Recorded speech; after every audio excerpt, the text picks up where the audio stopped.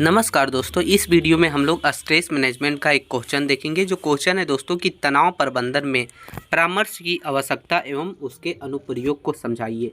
यानी कि तनाव प्रबंधन में परामर्श यानी कि सलाह का क्या ज़रूरत है और उसका अनुप्रयोग से क्या होता है, ये पूरे चीज़ को हम समझेंगे दोस्तों। तो चलिए शुरू करते हैं।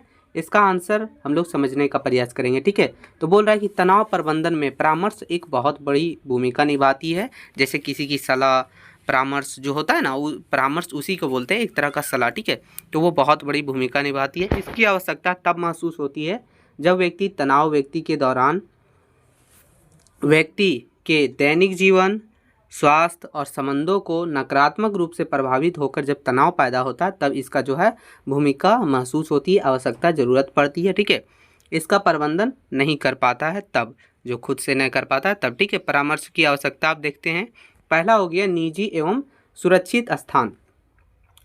परामर्श एक ऐसा सुरक्षित और गोपनीय स्थान प्रदान करता है जहां लोग बिना किसी झिझक या डर के अपनी सारी गहरी भावनाओं एवं चिंताओं को व्यक्त कर सकते हैं, यानी बता सकते हैं। ठीक है, तभी ना परामर्श काम करता है। दूसरा है दोस्तों कि दोस्तों या परिवार के साथ बातचीत करना कभी कभी मुश्किल हो सकता है, इसलिए ये परामर्श जो है ऐसा बनाता है, ऐसा स्थान प्रदान करता है ताकि जो है आप अपनी पूरी गहरी भावनाओं को, अपनी चिंताओं को, उसको अच्छे से व्यक्त कर सकते हैं, बता सकते हैं। ठीक है, लेकिन एक प्रशिक्षित परामर्शदाता निरपेक्ष और सहानुभूतिपूर्ण समाधान प्रदान करता है। तो ये इसका एक फ़ायदा है दोस्तों।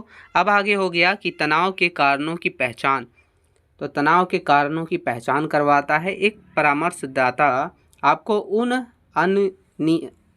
अंतर्निहित कारणों को पहचानने में मदद करता है जो तनाव पैदा कर रहे हों, यानी वैसा जो कारण है उसे पहचानने में मदद भी करता है, जिससे आपको पता चल सके कि तनाव आखिर किस चीज़ के कारण जो है बन रहा है। ठीक है, जैसे कि काम का दबाव हो सकता है, पारिवारिक संघर्ष हो सकता है, व्यक्तिगत चुनौतियां, इन सभी बहुत सारी कारण हो सकते हैं ना तनाव के। तो यह समझकर आपको तनाव से निपटने के लिए सही दिशा और काम करने में मदद मिलती है। किसके द्वारा? तो परामर्श के द्वारा, परामर्शदाता के द्वारा। ठीक है, अब तीसरा है दोस्तों व्यवहारिक कौशल सीखना। परामर्शदाता आपको तनाव से निपटने के लिए व्यवहारिक कौशल और रणनीतियाँ सिखाते हैं, जैसे कि ध्यान, योग, गहरी सांस, ये सब लेना सिखाते हैं, व्यायाम करना सिखाते हैं, जो कि प्रभावी समय प्रबंधन के तकनीक भी हैं और आपका जो है स्ट्रेस मैनेजमेंट यानी कि तनाव को भी प्रबंधन के लिए ये उपयोग में लाए जाते हैं। तो ये दोनों हैं। आगे दोस्तों चौथा हम लोग का नकारात्मक पैटर्न बदलना। देखिए, यह नकारात्मक व्यवहार पैटर्न जैसे कि टाल मटोल या पूर्णतावाद को संबोधित करने में मदद करता है और स्वास्थ्य व्यवहार अपनाने के लिए मार्गदर्शन करता है। कौन? तो परामर्श। ठीक है, इसकी आवश्यकता हम लोग देख रहे हैं। पांचवा है दोस्तों की भावनात्मक समर्थन। परामर्श आपको अपनी भावनाओं को व्यक्त करने के लिए एक सुरक्षित स्थान देता है, जिससे आपको सुना और समझा हुआ महसूस होता है।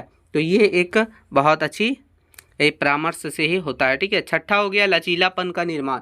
परामर्श भावनात्मक और मनोवैज्ञानिक लचीलापन बनाने में मदद करता है, जिससे आप जो है भविष्य में आने वाले तनावों से अधिक प्रभावी ढंग से निपट सकते हैं।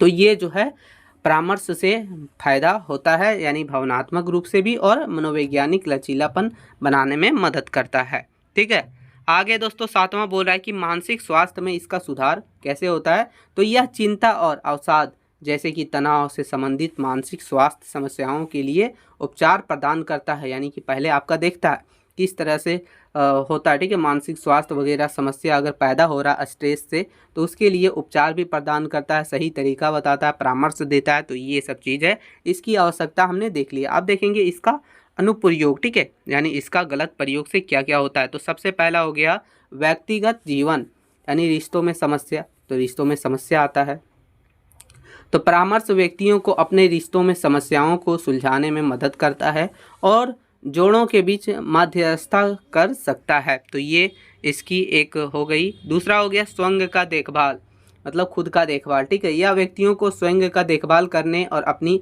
ज़रूरतों को पूरा करने में मदद करता है, जिससे वे अधिक संतुलित जीवन जी सके। ठीक है, आगे दोस्तों तीसरा बोल रहा है कि आत्म जागरूकता परामर्श से व्यक्ति को स्वयं को बेहतर ढंग से समझने में मदद मिलती है, जिससे वह स्पष्टता प्राप्त कर सकता है और नए लक्ष्य निर्धारित कर सकता है। तो ये भी एक इसकी जो है अनुप्रयोग है। ठीक है, आगे दोस्तों अब व्यवहारिक जीवन में, व्यावसायिक जीवन में इसका क्या है, तो देखिए कार्यस्थल का तनाव परामर्श कर्मचारियों को कार्यस्थल के दबावों और तनावों के प्रबंधन करने में मदद करता है, जो उनके नौकरी के प्रदर्शन और सहकर्मियों के साथ संबंधों को प्रभावित कर सकते हैं।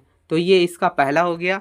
दूसरा है दोस्तों हम लोग का कि उद्यमियों और व्यवसायियों के लिए क्या करता है ये, तो देखिए उन उद्यमियों की मदद करता है जो टीम प्रबंधन, व्यवसाय प्रबंधन या सरकारी नीतियों से उत्पन्न तनाव से जूझ रहे हैं, उनकी ये मदद करता है परामर्श। ठीक है, परामर्शदाता।